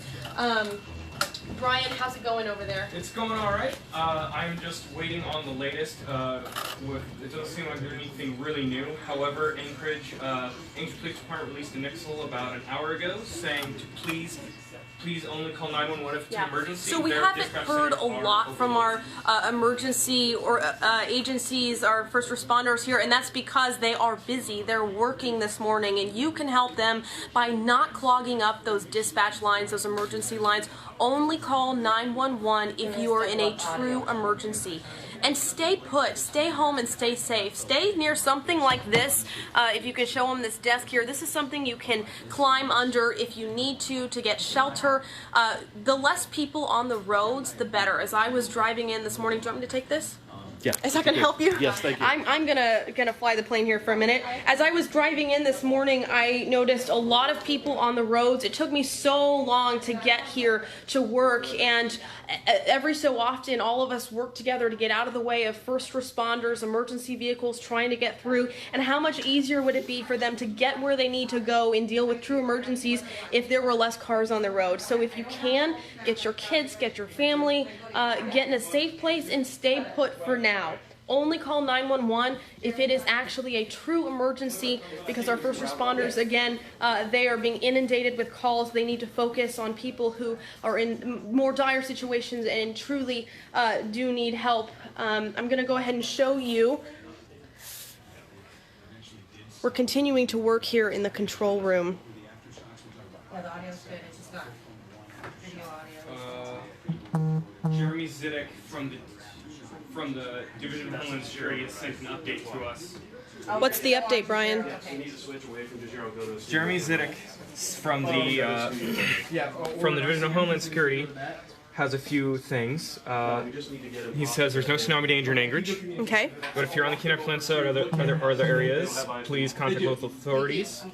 Aftershocks may be more powerful than the original earthquake in the next few days, so if you do feel them, drop cover and hold on. If you smell natural gas, turn your gas off immediately. If you do not smell gas, do not turn off gas. Okay. Again, do not call 911 unless it's an immediate emergency. Can you talk about the gas again? That's important. So, if Jeremy Zidek says if you smell natural gas, turn off your gas immediately. If you do not smell natural gas, do not turn it off. There's numerous reports in Anchorage of gas leaking everywhere, mostly in South Anchorage, from what I have heard. We've also had crews at fires today. Again, just a lot of hazards, a lot of things we don't think about when these earthquakes happen. 1 minute we're fine, the next minute we're dealing with all of this damage and devastation, and again, we all work together, and that's how we get through things here in Alaska and as a community. The Trans-Alaska Pipeline has been shut down. Okay, here's another update. The Trans-Alaska Pipeline has been shut down following the earthquake. There are no known injuries or damages at this time. It was only shut down as a precaution.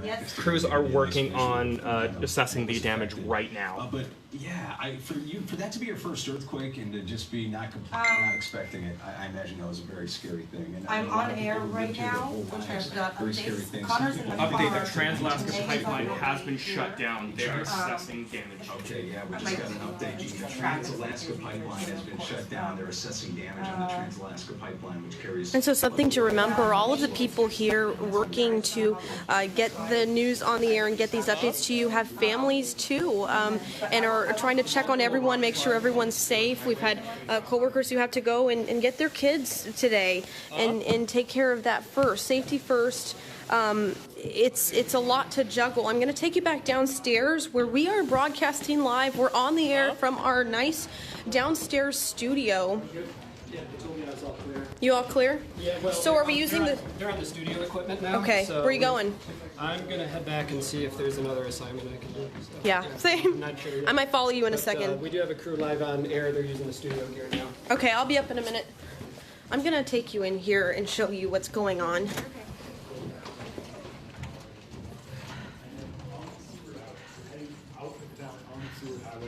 So our crew is working here to get updates out. That's Jeremy Legoo.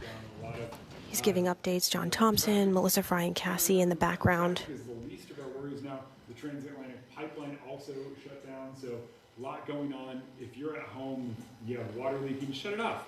If you smell anything funny, what can often happen is when you get something shaken like your house, one side goes up, one side goes down, and it can shear some of those pipes. So very similar, so they shut it down. We don't know what the reason is. Might be preliminary. It's one of those things. All right, so we do have some information. Yep, so multiple rock slides on the Seward Highway, and there you go. Mile 104, did you say, John? Close to Girdwood, right there. The Glen was also back. So 114. So 114 around Potter's Marsh. So, all right. There we go. So we've got Eagle River Bridge. Yes, Eagle River Bridge. Damage to the Eagle River Bridge, according to viewer Shannon McCarthy. We're just kind of... Oh, she's with the Department of Transportation. So, I apologize. So this is all official information coming in. Damage to the Eagle River Bridge. That's probably the reason that it's so backed up on the Glen Highway getting out there.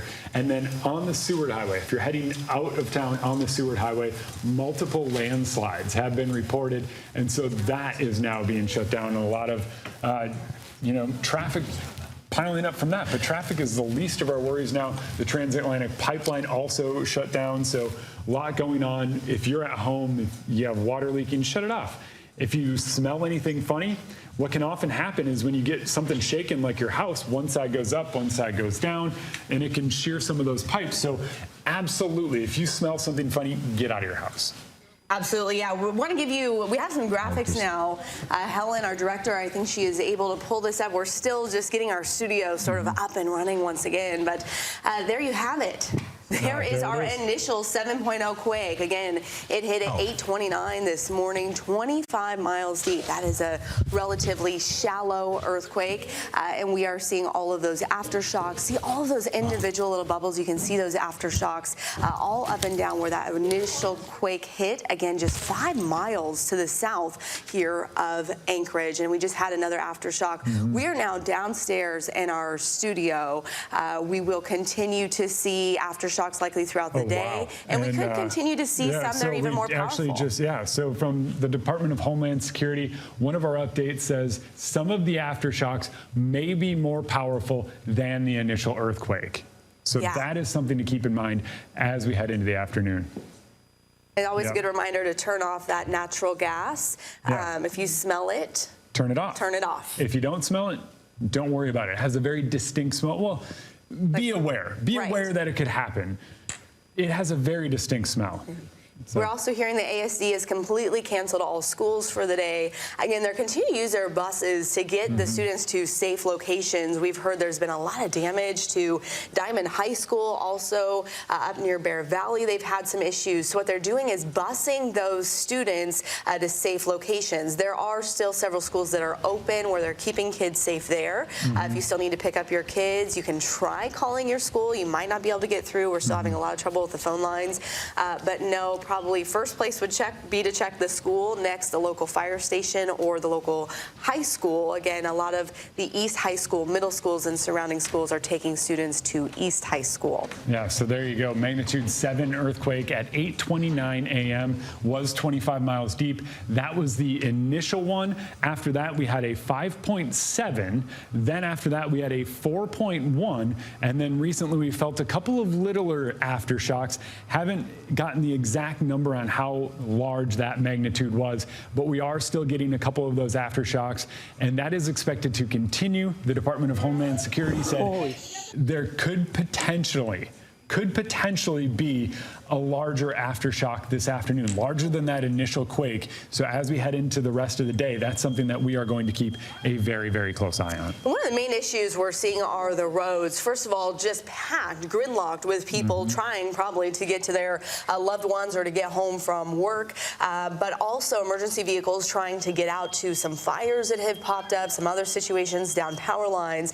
We are going to hear from the Department of Transportation Public Information Officer. She's going to call in here in just a moment and give us an update on those roads. We know many overpasses are closed. Some of those are just precautionary, just in case there was another large aftershock or if that one did sustain damage from the initial.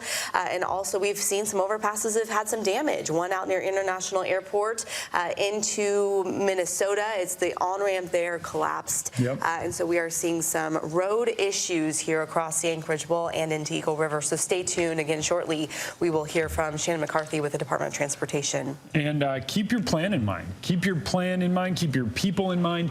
Have a plan as we head into the afternoon, because if aftershocks are going to continue, know what to do. Know where to shelter. Know where to be. Know where everyone should go in that type of situation.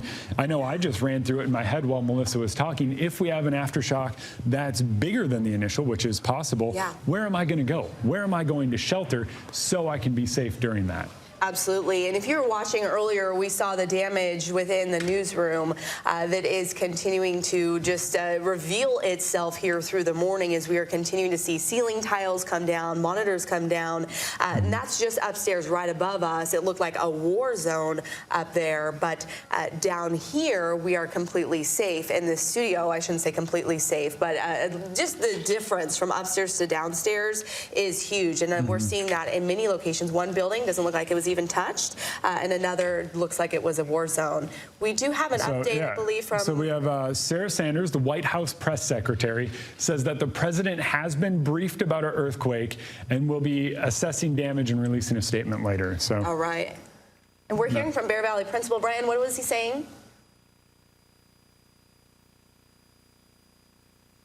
Okay, so at Bear Valley, there was some significant damage, and they have a gas leak there. They're evacuating students. I was actually just doing a weather talk Safely there evacuated there. Yeah, safely evacuated. They're busing those students to Fire Station 10, I believe it is, just down the road. So if you are watching and you have not made contact with your students at Bear Valley, look to Fire Station 10. There you go. So a lot of those schools being bused elsewhere. If the school has sustained damage, those kids are being taken elsewhere so they can be picked up later and everything will be safe. Because as you heard with Bear Valley, it might not just be the structural damage. It might be something like a gas leak. So they are taking the kids out to make sure they are safe. So this is a safety precaution that the Anchorage School District is taking to keep all of those kids safe. And it's a school-by-school basis. So we'll continue to keep you updated on Twitter, on Facebook, ktva.com, and, of course, right here on air as we hear any updates. We're going to stay on air with you through this event. We'll continue to give you updates as they come in. Again, if you're just joining us, it was a magnitude 7.0 quake that hit at 8:29 this morning. That was 25 miles deep, just 5 miles south of north of Anchorage, excuse me. As I say that, that gives me chills. This is what we prepare for. I had this graphic ready to go in case we did have an earthquake here, but you don't expect to happen. Even though we prepare for this, the schools prepare for this, my students and kids prepare for this, you just still don't anticipate it, and it hits. You can't know when it's going to hit, and so you have to have that plan in place, know where you're going to stop, drop, and hold wherever you are. Again, looking for a counter like this. If another earthquake hit and we were in the studio, I'm going right under that desk right there, because even though it doesn't seem that sturdy, Helen, I want to show, if we can, behind us we have this desk. It doesn't look like it would maybe support us. I'd be a little bit nervous about it, but it's my only choice in here. So you go straight under, and then of course always know where your emergency exits are. Yeah, so that's big. That's really big. We have an update coming in from Providence. If you give us just 1 second, we'll give it to you. Yeah. All right, they are open after the earthquake. So any sort of medical attention, Providence reported no injuries at the hospital at this time. So nobody at the hospital during the earthquake sustained any injuries. So any additional injuries, isolated damage in the hospital, some isolated water leaks, but that's about it. So the hospital is open for business right now. Okay, so all elective surgeries, if you had that scheduled for today, those have all been canceled. We also heard from a nurse at Alaska Regional who was in the hospital on the second floor at the time, and it was a scary situation there. Some stuff falling from the ceiling there as well. So many buildings. Alaska Native Medical Center is also open. So again, we know for certain Providence and Alaska Native Medical Center are open. Have yet to hear from Alaska Regional where they did sustain some damage. So we're getting some fresh batteries here. Yeah, so we're here with batteries just in case something happens. So we'll keep those around just in case we need them. This is going to be one of those situations where we have batteries because we are going to be here with you. Yeah, it was a scary situation. Again, at 8:29, a lot of folks had to work at that time. They had to drop their students off. And again, that's when that quake happened, a 7.0. That is the largest quake we've seen since 2016. I believe that one was a 7.1, January of 2016. But that was further to the south. That was not right underneath us, and it wasn't this shallow. And that's why we did not see much damage with that quake, where this one, we're seeing some pretty widespread destruction. Again, some major road issues. We've had even some overpasses. I haven't heard of any overpasses collapsing, but we have had at least that one on-ramp, International in Minnesota, collapsing. We've had some fires start, obviously some gas leaks, some water leaks, all the things that you expect to happen with an earthquake. And Eagle River Overpass did sustain damage. We will have the Department of Transportation on. Yeah. Okay, there we go. Let's try. Yeah. We're going to try and check in here with Shannon McCarthy with Department of Transportation, Public Information Officer. Shannon, can you hear us? I can hear you, yes. Okay, so can you just give us sort of a briefing of what we're seeing here across the city? Well, we do have damage to all of our Priority 1 roads. So we have damage on the Glen reported, we have damage on the Seward reported, and on Minnesota Drive. Okay, so we've had reports of damage to an overpass on the Glen. Can you verify or let us know if that's correct? That is correct. From what I understand, it's the southbound Glen at Eagle River. It has damage to it. We have our crews on scene. They're taking a look at it. We also have damage reported to the Palmer exit at the Glen and Parks interchange. The Palmer exit is closed. There's just too much damage. We have a gap in between the abutment and the bridge, and we have vertical and horizontal cracking across the road. And then, of course, New Seward Highway. I've heard some reports in town, nothing major compared to the rock slide we're getting just south of Potter's Marsh. Now, what about Minnesota and International? Yeah, we had a partial collapse of that interchange. I'm sure you've seen pictures, pretty dramatic. Yes. And then we also, just a little further south of that, we also have a report around the 100th and Diamond area of the subgrade sloughing off.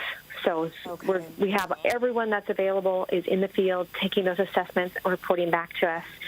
And we also have folks that are inspecting every state facility in terms of every building as well. Okay, so I'm assuming your recommendation would be for people to stay off the roads if they're able to do so.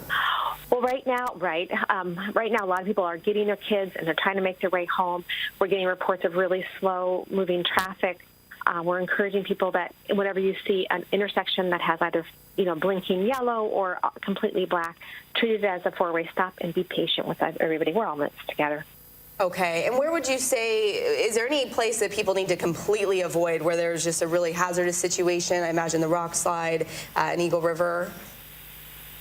The rock slide on the Seward Highway, definitely avoid that area. We have folks that are actually actively removing rocks, but with each aftershock, it's bringing more rocks down. So we want people to be safe, not be in that area at all. So we're working that actively, and obviously we'll have workarounds for all of these different situations. We're putting up a website that people will be able to access, and we're going to be updating every hour today. All right. Well, Shannon, I have one more question for you. So as we get aftershocks into the afternoon, if somebody's in their vehicle, what do you guys recommend they do in the wake of one of these aftershocks? Well, many times when you're driving a vehicle, you aren't even aware that it's an earthquake. Actually, this morning I was meeting someone over here at Anchorage Maintenance Station, and they came in right. You've been watching live coverage from KTVA. That's our affiliate in Anchorage, Alaska. They were knocked off the air this morning by that 7.0 earthquake, and they've been guiding us through the damage first in their newsroom and then the damage in the surrounding areas. A few remarkable things happened as the phone lines came back on. Calls started pouring in. One of the reporters there, John Thompson, picked up a call from a woman looking for information on her own family. He didn't have it for her. As more information comes in, schools are closed, roads are closed, the airport is closed, and we're going to have much more information on the damage in Alaska and what to do next. Coming up in our next hour, you're watching CBSN.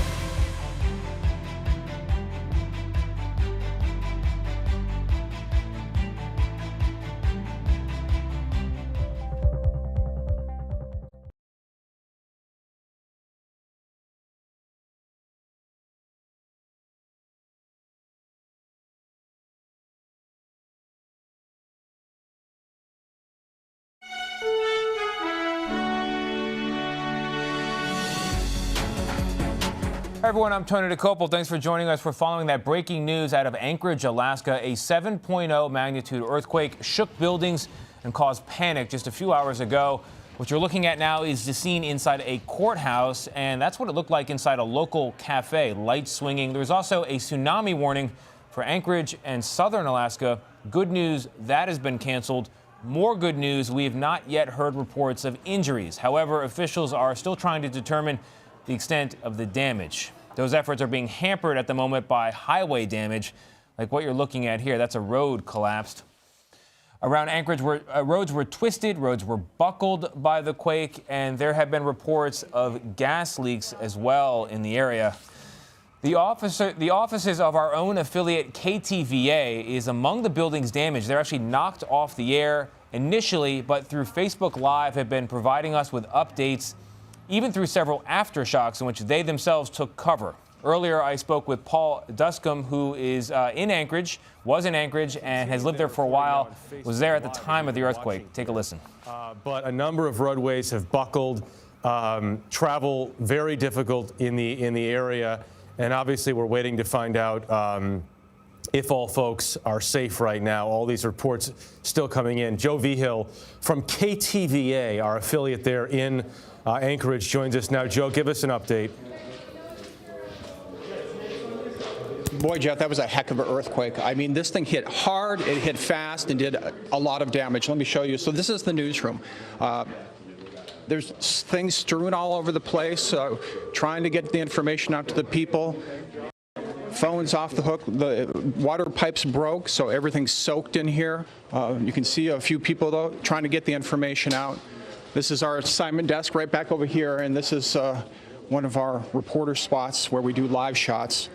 Trashed. We have people over here on the phones, again, trying to get information out. We have reporters, producers, and everybody working here. I want to talk to John Thompson. John, I'm going to interrupt you just for a second. So you were here when this happened. You were on the air downstairs, is that right? Actually, I was right here. So it was about an hour and a half after we got off air, just kind of getting ready for the day. You know, we're going to take a couple stories from the morning show and get them ready for the evening newscast.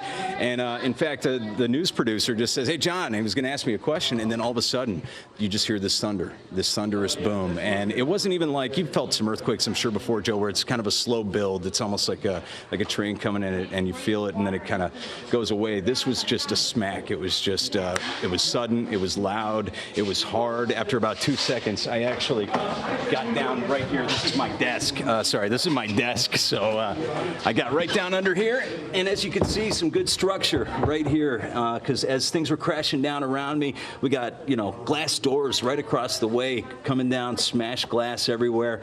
But as we're watching this, we were safe. We were safe. That's the important thing. We've been told that no one's been hurt, Jeff, in the newsroom. That is the best news that we've heard so far. We've pretty much lost the newsroom for now, but everybo's okay, Jeff. Back to you. We're live in so this is what they teach you during our students and everyone else during earthquakes is get under something as best you can and hold on while the earthquake is going on. Joe, I do want to ask about what's happening outside the studio. Talk to me about some of the damage that you all have seen on some of the major roadways and what else is happening. That's right, Jeff. So Minnesota, this is one of the main thoroughfares northbound, we're told, has been heavily damaged. We understand that the Seward Highway, there have been rocks that have dropped onto the highway, so that's pretty much shut down at this point, and that's a main thoroughfare to get people onto the Kenai Peninsula. So, people coming and going just aren't going through right now. We understand that one of the hospitals we know for sure is open. Ted Stevens International Airport is open, and we're continuing to look for more information. We understand a church did start on fire. I believe we have some video of that, but that's what we know right now. Of course, we'll be here all day working to see what else happens. But again, in this newsroom, again, take a look. I mean, it hit hard and fast. Everybody escaped, no injuries, Jeff. Yeah, it's scary to see, but great to hear that no one is hurt there inside the studio. All right, Joe, stand by. So this happened at 8:29 a.m. local time in Alaska. We are being told by the U.S. Geological Survey the earthquake was centered 7 miles north of Anchorage. Obviously, a lot of folks there sought shelter under desks. At 8:55, the National Tsunami Warning Center issued a tsunami warning for coastal zones of southern Alaska, specifically parts of Cook Inlet and the Kenai Peninsula. The tsunami warning, as I understand, has now been withdrawn. Somebody please correct me if I'm wrong on that. We should say Alaska does average a lot of earthquakes all the time, but this has been the worst since 2016. That one was over a 7, but that was farther offshore and it was deeper. So the reason why you're seeing so much damage here today is because the earthquake was shallow and it was right near Anchorage. Jamie Yukas, a correspondent based, one of our correspondents based in Los Angeles, has more details now just coming in on this earthquake near Anchorage. Jamie? Well, Jeff, what you're talking about is so true. It's happened just 7 miles north of Anchorage, Alaska. So that's why you're seeing so much damage across the city. And to give you an idea, 40,000 earthquakes per year happen in the state of Alaska. But as we've been hearing from multiple people that we're calling on the phone and trying to reach out to through social media, this is the worst one people have seen in the city of Anchorage. It is Alaska's largest city. Of course, so many of the pictures coming in are about the roadways. And that's what the governor has been talking about online as well. He's asked for a disaster declaration already because of those roadways. They're checking bridges right now. There are those on and off ramps, as you guys were talking about, in terms of getting to and from the airport. We also know that Ted Stevens did have to evacuate its air traffic control tower, so they're trying to divert planes away. There was a scary moment that was caught on audio when air traffic control actually had to tell a FedEx plane to go around as the earthquake itself was occurring. We've been told there's some minor damage to the airport, but the bigger damage is to those roadways around the airport itself. We have no word right now as to the extent of damage to the runways at the airport. But as we continue to monitor these pictures, Jeff, of course, there's just more and more damage coming in, and we'll keep you up to date. All right, Jamie, thanks very much. Yeah, one of the big concerns in and around Anchorage this afternoon is going to be emergency responders, especially trying to get to places, because there are areas that are now just cut off because roadways have buckled and some roadways have collapsed. Obviously, we're still gathering our reporting on all of this. We will continue to do that all afternoon long. Scary situation in Anchorage today. Good news is that it appears the tsunami warning for that area has now been lifted, and we have not heard so far about major reports of injuries, but we are certainly watching everything that is happening in Alaska after this major earthquake today. We're going to have a lot more on all of this on your local news, including on KTVA in Anchorage there, which has been doing a wonderful job documenting what's happening and staying on the air. Also on our streaming network, CBSN, and the very latest tonight on the CBS Evening News. For now, I'm Jeff Glor in New York. For news 24 hours a day, go to cbsnews.com. Hi, everyone. I'm Rena 9, and people across Anchorage felt the massive earthquake. Earlier, my colleague Tony DeCopel spoke with one Anchorage resident, Paul Dunscombe, who described what it was like. Paul, what did you experience? So, once again, very similar. I've lived in Anchorage for 18 years, so I've definitely experienced earthquakes here before. I've lived in Japan for a couple of years, plenty of earthquakes there. You kind of get a pattern, and there was a very sharp initial shaking and then some large movement. And when that began, you realize, oh, this is, in fact, the big one. And so stuff begins to tumble off of mantles and bookshelves, and you begin to wonder, okay, so is this going to get worse, or is this going to kind of even out? Wow. Yeah, we're seeing now it's a 7.0 earthquake. It had been a 6.7, so they bumped it up a couple notches.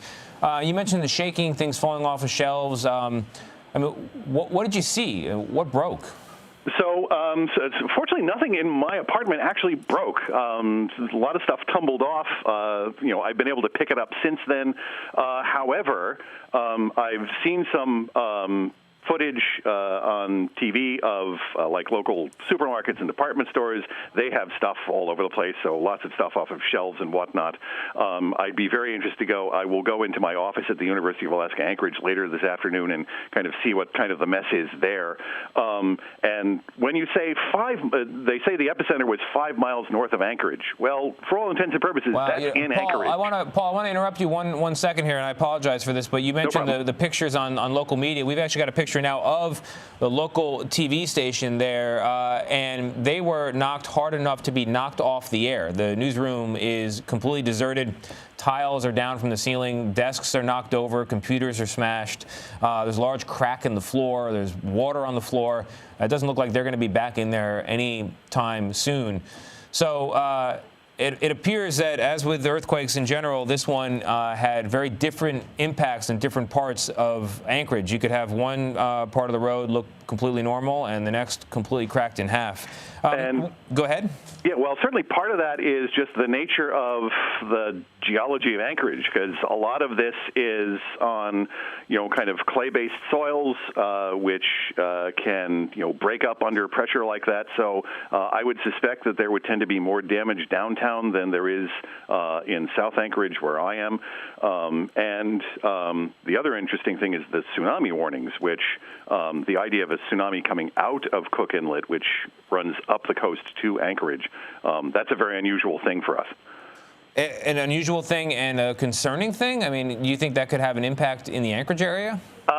It's unlikely to be a real problem in the Anchorage area, although the indications are in the places where the Tsunami Warning Center, which is actually based in Palmer, Alaska, to the north of us, has been saying is that it would, rather than run up the inlet, which is like a funnel towards Anchorage, it seems to be pushing down. That's good news. So what does the day hold then for you in the aftermath of a 7.0 earthquake? So, well, among other things, the first thing I will do when I'm off with you guys is check my email and see what my work, the University of Alaska Anchorage, has. Friday, fortunately, we don't actually do classes. We tend to do those Monday, Wednesday, or Tuesday, Thursday. But we had a big meeting scheduled at noon. I don't think that's going to happen. I will probably get there at some point and assess the damage. And then it's going to be kind of picking up and seeing where we are. You mentioned earlier that you were concerned as the shaking got more severe that there could be the big one. Is the big one is something that people in Anchorage are concerned about? So, I mean, we had our big one. We had the biggest one of all, back in 1964. That was a 9.0. Wow. And so that's always our frame of reference. Of course, we did the 50th anniversary of that. That was 1964, a few years ago, which means, we're kind of counting down to the next one. So this, and while it's not, 7.0 is not 9.0, but it was plenty big enough, and more importantly, today's Anchorage is a lot different from Anchorage in 1964. There are 5 times more people here. There's a lot more development, and so I suspect the damage, certainly in terms of whatever the cost estimates are to fix it, are possibly going to be as high, if not higher. Wow. And what kind of, politically, are there conversations about earthquake-proofing Anchorage? I mean, is it a place where, as it grew, the building code required people to take steps to ensure safety? Yeah, so in terms of construction and that sort of thing, we have some very robust guidelines. So in 18 years at the university, I've seen a number of buildings built from the ground up, and when you see that metal frame go in with the big fish plates and various other things to make it earthquake hardened, you're very impressed by that thing and glad to have them. Yeah. I'm looking at these pictures that are coming in now of significant destruction. We got people hiding under tables is what we're looking at the moment. But the supermarket pictures, it's hard to imagine that in all of Anchorage, somebody wasn't hurt by this, because pretty large shelves came down, ceiling tiles came down. The television station that was knocked off the air also has very significant damage to that newsroom. Anybody sitting there would have been in peril for certain. Any indication on your side? Are you hearing anything about? Are you hearing sirens? Are you seeing flashing lights outside? Is there an emergency response? Did hear some sirens initially, but once again, we have electrical power. We don't seem to have any issues with gas. So my neighborhood in South Anchorage seems to have weathered this relatively well. But once again, so things closer to Midtown and downtown seem to have suffered, which would be closer to the epicenter of the quake, seem to have suffered more significantly than my area. So I am you know, it is the luck of the draw on these things, and I seem to have got off all well. We just learned that the FAA has ordered a ground stop for the airport there, presumably to check for damage on the runway. Well, can you tell us about the layout of Anchorage, where the airport is, where the downtown is, where you are? Right. So Cook Inlet comes up about 100 miles or so and then breaks into two arms. And so Anchorage is what the Anchorage Bowl is in a V formed by when Cook Inlet comes up, turns at kind of a right angle and breaks, we're in that V. So at the base of the V, which faces west, is the Anchorage Airport. And that's a very substantial, there are at least 3 runways there. It's one of the busiest in the world. So I'm not at all surprised that they're going to be checking that very, very carefully. Then if you go along the kind of north end of the V to Ship Creek, that's the original downtown side of Anchorage. And that's when you see film from the 64 earthquake of the streets that collapsed and various other things, that was 4th Avenue downtown. So if there's a place that's prone to significant damage, it's going to be along that the so-called Kodiak arm of Cook Inlet, the north side of the V. As Anchorage has grown, we've moved farther south and farther east. So I'm in South Anchorage. This is an area that was developed in the 1980s. So this is a very different Anchorage now than it was in 1964. So it'll be interesting to see. And by the way, as we've been talking, we've had at least 3 aftershocks. Wow. So. Wow. Well, Paul Dunscombe, we appreciate you coming on with us. We're glad you're okay, and we hope everyone you care about and everyone in Anchorage is in similar condition. Thank you very much. And for more on the earthquake, I want to bring in Michio Kaku. He's a CBS News science and futurist contributor and also a theoretical physicist. He joins us by phone right now. So, Michio, when you think about something like this with Alaska, we know that Alaska actually sits on two very large tectonic plates. How does that affect an earthquake? Well, we have the possibility of a subduction fault when one fault line dives underneath another fault line, creating the tsunami. And fortunately, the tsunami warning was canceled. But given the fact that the epicenter was only 8 miles north of Anchorage, that's why the damage was so severe. Now, remember that a 7.0 by itself is not so severe. It happens at about once a month. Once a month, somewhere on the planet Earth, there is a 7.0 or greater earthquake. But this took place just 8 miles north of Anchorage. So in some sense, we dodged a bullet. This was not the big one, as it was mentioned. The 1964 earthquake was a 9.2. This was only a 7.0. But the fact that it was so close to Anchorage is the reason why there was so much damage. And fortunately, the Alaskan pipeline apparently was not damaged. It's been shut down temporarily, but that would have been a catastrophe if the fault lines were canceled, were shut down, and the airports and other things were shut down. That has not happened, other than temporary shutdown. Michio, you mentioned the 1964 earthquake, one of the most devastating, really, for Alaska. It happened on Good Friday. They call it the Good Friday quake.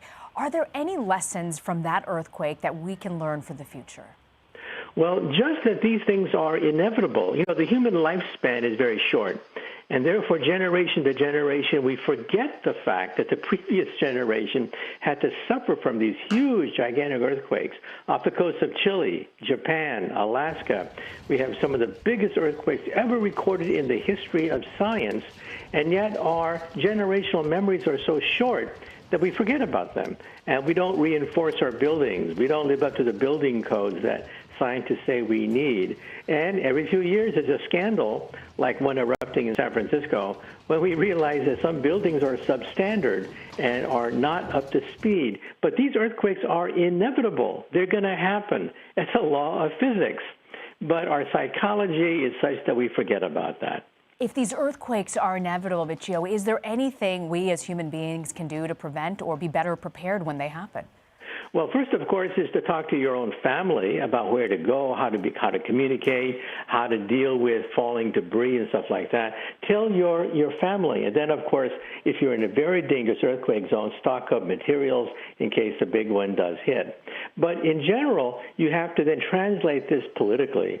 You have to make sure that your city council and your state legislatures and so on and so forth are aware of the problem and doing something about it.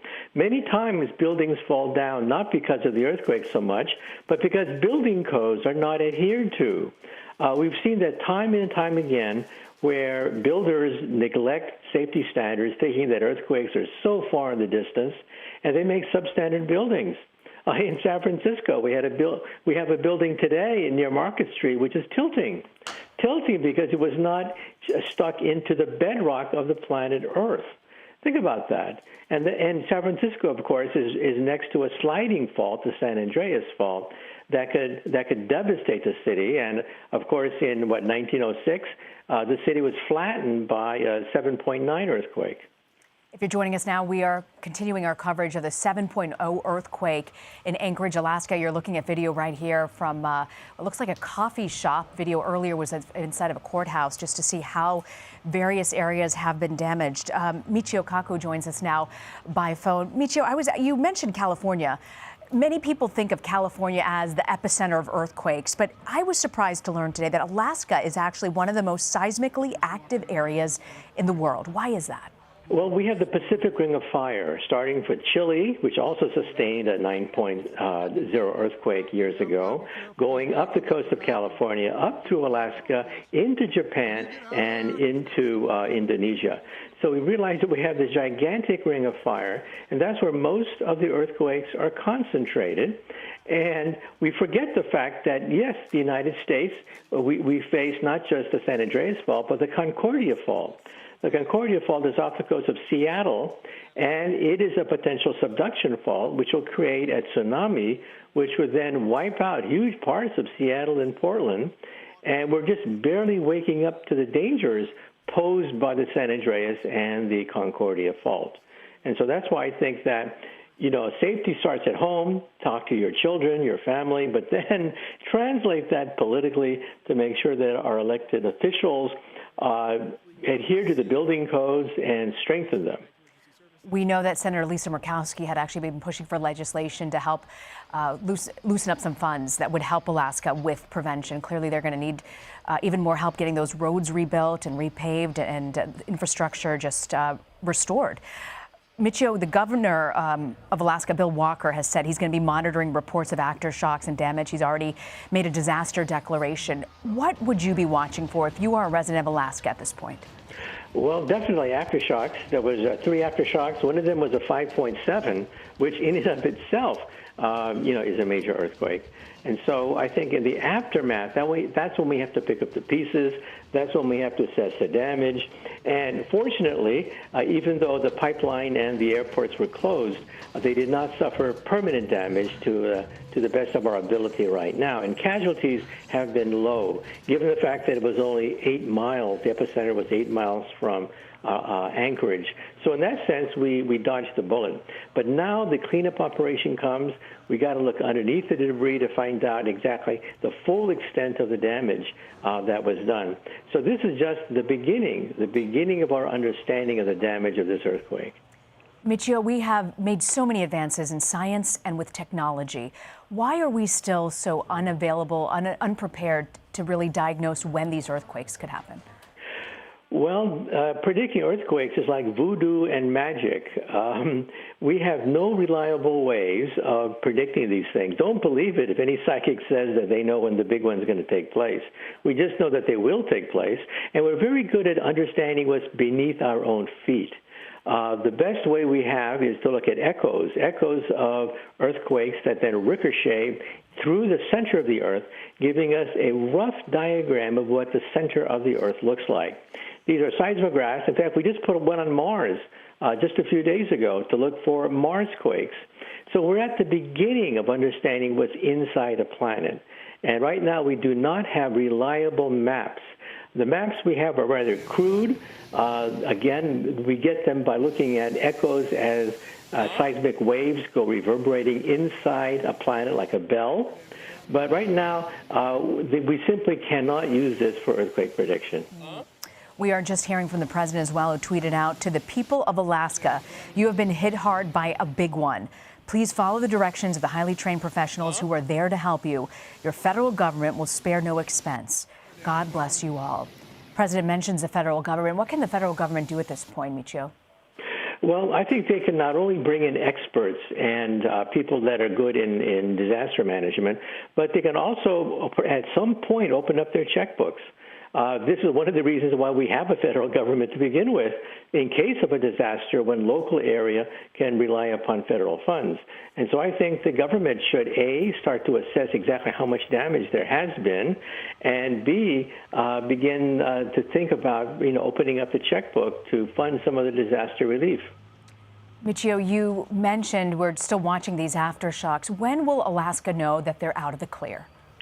These aftershocks could go on for months. Of course, they're going to diminish in intensity, and we're not going to have major earthquake alerts. But on a seismograph, you can see that these things go on for months and months. And so it's going to rattle a lot of nerves. A lot of people are going to be shaken to the core every time a small tremor vibrates their house. But this is the way it is. We're going to see tremors going on for months. Joe, before I let you go, we talked about California and Alaska today. Are there any other parts of the United States that should be concerned about a potential large-scale earthquake? Well, those are the major ones. The San Andreas Fault off the coast of Alaska, San Francisco and Los Angeles. The Concordia Fault, which is off the coast of Seattle.